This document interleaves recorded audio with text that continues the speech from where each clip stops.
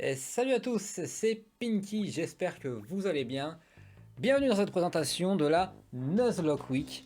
Qu'est-ce que la Nuzlocke Week? C'est pas compliqué, c'est mon cadeau de Noël pour vous. Oui, je vous spoil. C'est simplement une semaine entre Noël et Nouvel An où on va faire chaque jour un jeu avec des espèces de règles pour donner un comportement un peu comme un Nuzlocke. Maintenant, pour ceux qui ne savent pas ce qu'est un Nuzlocke, c'est souvent un terme utilisé dans Pokémon.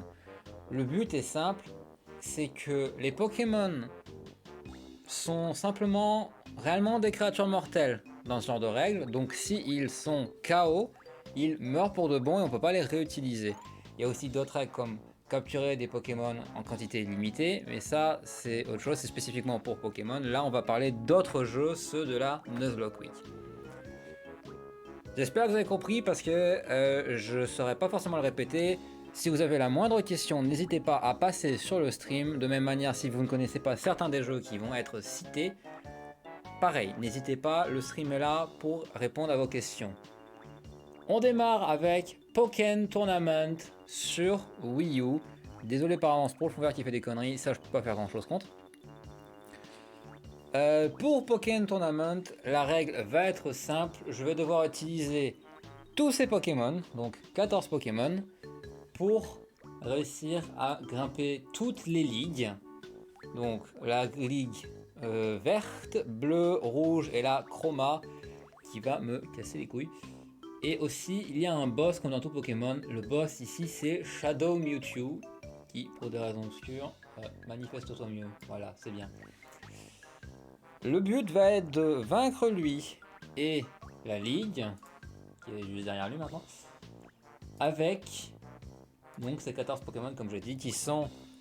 c'est le moment où on va voir si je connais mon français. Brazegali, Pikachu, Lucario, Gardevoir, Pikachu Catcher. Je sais plus ton nom, mais je sais que c'est Sceptile en anglais. Ectoplasma, Machopper, Roussil je crois. Lugulabre, Suicune, Dimoray, Dracofeu et Karchakrok. Ici les règles sont simples, je perds un combat d'arène, je perds le Pokémon pour de bon. Donc on imagine par exemple que j'y vais fortement avec Brazegali, je suis full motivé, je fais 49 wins, 50e match, je me fais casser les dents, paf, plus le droit d'utiliser Brazegali pendant tout le reste de la session du push entre toutes les ligues et affronter Shadow Mewtwo. Je serai obligé de me contenter des 13 autres. Petite info, si vous voulez, n'hésitez pas à mettre dans les commentaires celui d'entre eux que vous voudriez être. On va s'amuser à vous nommer après tous les personnages. Ça, c'est le premier jeu. Deuxième jeu, attention, je sais que ça va être bizarre, c'est Friday Night Funkin'. Comment on met du Nuzlocke sur Friday Night Funkin'? C'est chelou, mais on a un plan. Le but est simple, on va juste faire un stream entre guillemets normal et on va avoir 5 vies. Tout simplement. Voilà, c'est pas dur, il y a 5 vies. Tant qu'on arrive à rester au-dessus d'un certain pourcentage, on garde nos vies. Le but n'est pas juste de finir la chanson, parce que pour ceux qui me connaissent, vous savez qu'il y a très peu de modes qui peuvent me tuer, ce qui ferait que ça serait un stream assez ennuyeux. Donc le but, ça va être qu'au cas par cas de chaque chanson, on va s'amuser à définir un cap de précision que je vais devoir atteindre ou garder. Si je reste au-dessus, je garde mes 5 vies, tout le monde est content. Si je tombe en dessous, pour ceux qui connaissent, vous savez très bien que ici, si vous tombez sous les 90, vous allez vous faire buter. Eh bien, on perd une vie et on tombe à 4 vies. Le but, c'est juste de tenir tout le stream, aussi long soit-il. Petite vidéo pour vous montrer que aussi on peut mourir. Les morts sont bien sûr automatiquement des vies perdues. Donc même si là par exemple la précision était de 85% nécessaire, si je meurs dans la chanson, c'est bye bye. C'est une vie en moins, on passe à 4 vies, ou 3 ou 2, ça dépend de où est-ce qu'on en était. Et on se retrouve avec la chanson suivante ou mode suivant. Ensuite, on a un autre jeu, ça je pense que vous allez moins le connaître, il s'agit de Slay the Spire, un jeu roguelike avec des cartes, faut beaucoup réfléchir. Je l'ai déjà fait 1 ou 2 fois en stream au plus. Donc si vous connaissez pas, n'hésitez pas à venir en stream pour que j'essaye d'expliquer un peu plus en détail. Mais on a 4 personnages qui sont plus ou moins des classes. On a une espèce d'assassin qui peut empoisonner. On a une espèce de moine qui peut soit être en colère, taper très fort, soit être très calme et jouer très défensif. On a un guerrier. Bon, est-ce que j'ai le droit d'en rajouter? C'est un guerrier. Et on a, on va dire, une espèce de mage qui contrôle les éléments tels que foudre, plasma, ténèbres, glace. C'est pas les éléments classiques, mais c'est l'idée. Sous forme de petites orbes. C'est ces 4 personnages qu'on va jouer, on aura du coup 4 vies. Et le but, c'est de vaincre cette saloperie, nommée le cœur de la tour. Je ne rigole pas, ce truc est horriblement dur à vaincre. Je suis désolé d'ailleurs si je regarde trop haut, mais j'ai pas l'habitude de faire ça bien. L'exemple concret est le suivant. Ici, je me retrouve dans un scénario où je vais 17 HP, il va faire 36 dégâts et j'ai aucun moyen de me défendre. Je suis juste foutu.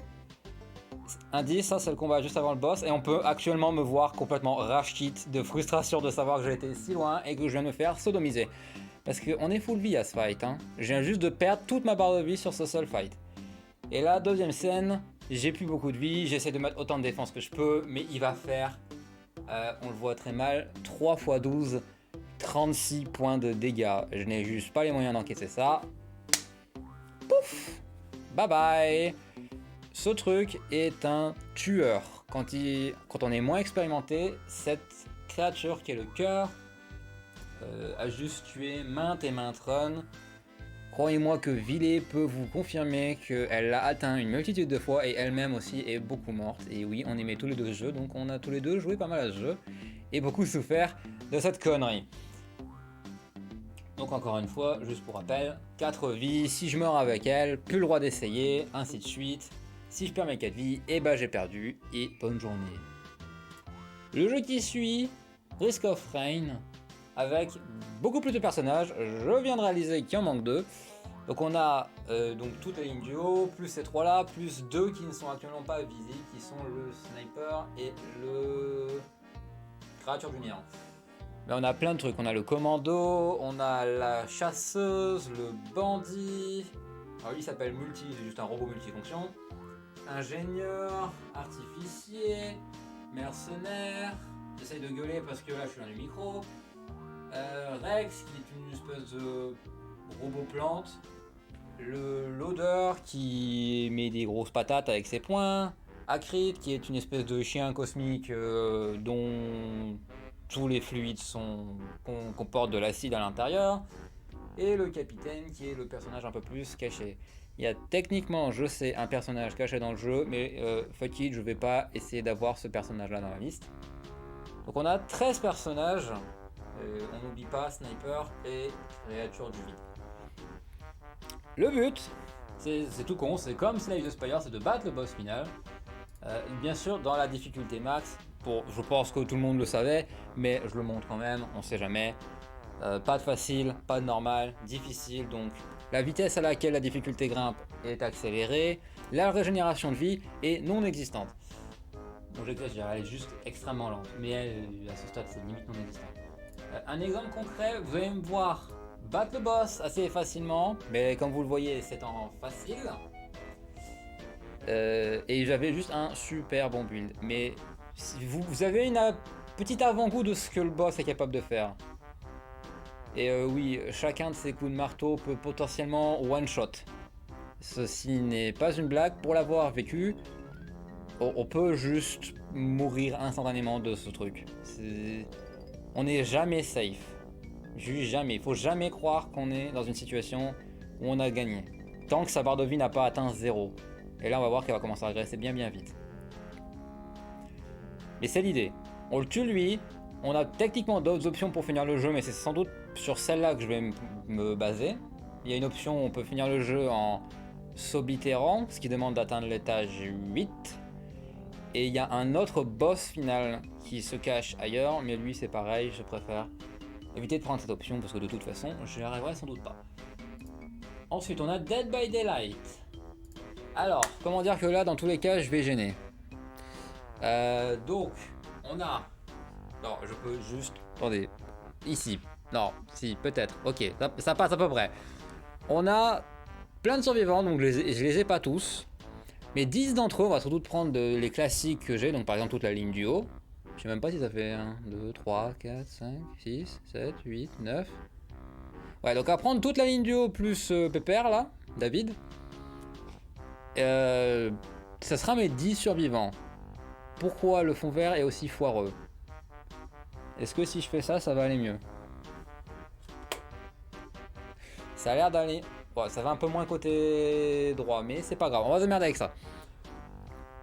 Donc on a Dwight, Meg, Claudette, Jake, Néa, Laurie, Ace, Bill, Feng et David. Un peu plus loin.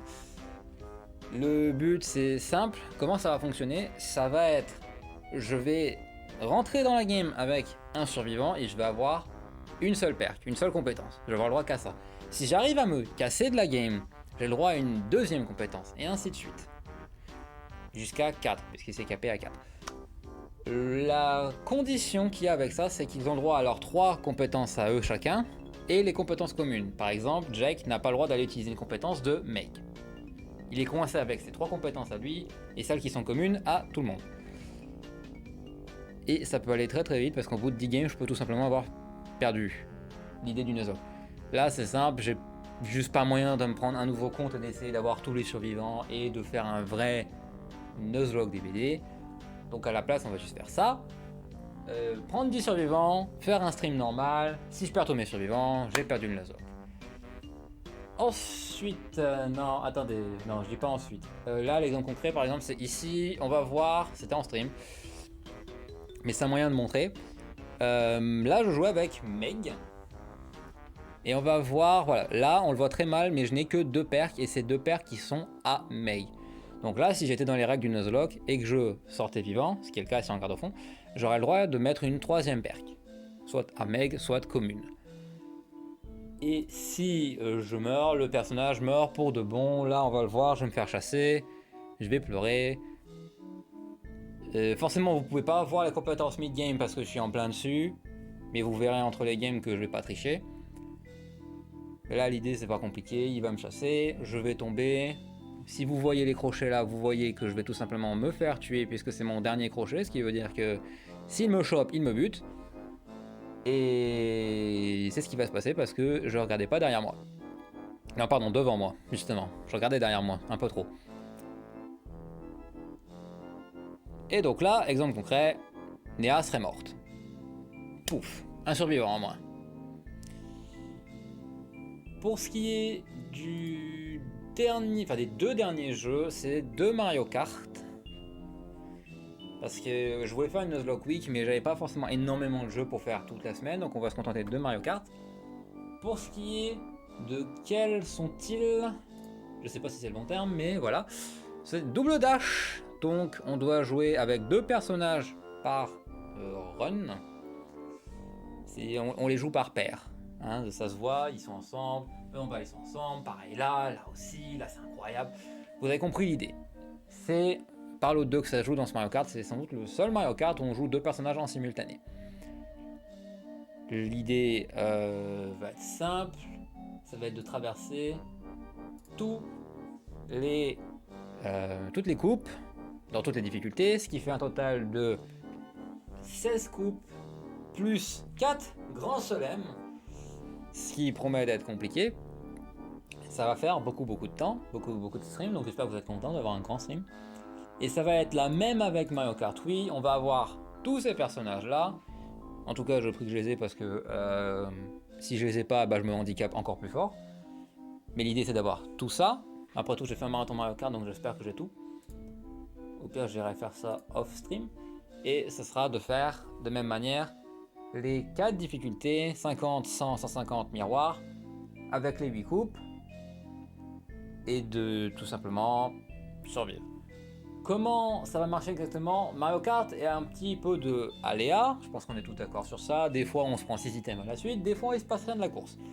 Donc il y a une toute petite marge pour double dash. quand on fait une coupe, on doit avoir un minimum de 38 sur 40 points.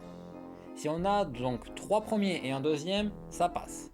Si on a 3 premiers, un troisième, 2 premiers, 2 deuxièmes, la vie est supprimée et il y a 2 des 20 personnages, donc une des 10 paires, qui sautent. Donc j'ai en gros 10 tentatives.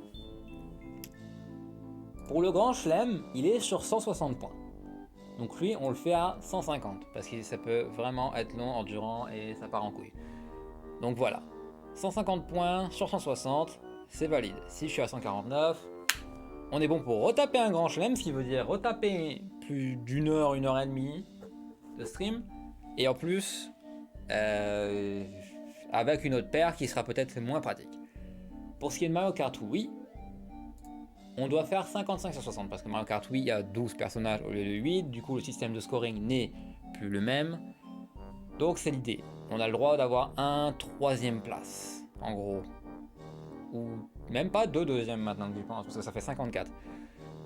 Donc voilà, si on fait 2 fois deuxième, c'est perdu. Si on fait une seule fois troisième et 3 fois premier, ça passe encore. C'est l'idée de ce Nuzlocke. Du coup, c'est de jouer à ces 7 jeux qui sont Pokken, FNF, Slay the Spire, Risk of Rain 2, Dead by Daylight, Mario Kart, Wii et Double Dash. Et ça sera pendant toute la week du 25 au 31. Et du coup, on essaiera de profiter sans doute du 31 au premier pour faire un stream. Pour souhaiter bonne année à tout le monde. Et ça, on verra quand on y sera. Maintenant, j'ai envie de dire, on pourrait peut-être mettre un petit gage pour me pousser à mieux jouer, hein, à ne pas me faire massacrer par ce Pokémon, à ne pas me faire massacrer par ce crocodile ou cette saloperie. J'ai même pas envie de dire que c'est un cœur, j'ai envie de dire que c'est une saloperie. Ou ce grand monsieur qui a un très grand marteau, ou juste le tueur de DBD, ou encore l'IA dans Mario Kart. Vous ne rêvez pas, si je foire un des Nuzlocke, je me retrouve le lendemain pour le Nuzlocke qui suit, pendant du coup facilement un bon 6 à 8 heures, ça dépend du stream en question, mais dans cette magnifique tenue. Ça promet d'être fun. Du coup, je peux potentiellement foirer tous les Nuzlocke et me retrouver toute la semaine habillé comme ça. Donc voilà pour la Nuzlocke Week. Je vais me répéter sur certains trucs, mais c'est juste pour être sûr que tout le monde ait bien compris ce qui se passe. Si vous connaissez pas le jeu, venez sur le stream. Genre, je stream quasiment tous les jours, si c'est pas directement tous les jours. Donc, à un moment, vous venez, vous me demandez qu'est-ce que c'est que ce jeu. Vous prenez un papier, vous notez le nom du jeu et pouf. Si vous avez envie d'être un des personnages de un des jeux ou de tous, hein, il y a la place. N'hésitez pas à le mettre dans les commentaires. Et si vous voulez pas le mettre dans les commentaires, vous pouvez toujours venir sur Twitch, à la limite. Il faut toujours mettre sur mon calepin, par exemple, que telle personne veut être tel Pokémon pour Pokken. Et enfin, je vais essayer de faire en sorte que les jeux soient assez correctement répartis. Je peux pas vous donner un ordre de quel jeu sera quel jour, mais je vais essayer de les séparer correctement pour pas faire par exemple 2 jours de Mario Kart d'affilée. Comme ça sera à peu près réparti correctement, ça sera une assez bonne diversité au long de la semaine. Sur ce, moi j'ai plus rien à rajouter, donc j'espère simplement vous retrouver pendant cette semaine du 25 au 31 et pouvoir partager un beau moment avec vous pendant que je stresse comme pas permis à ne pas perdre mes personnages. Bye bye.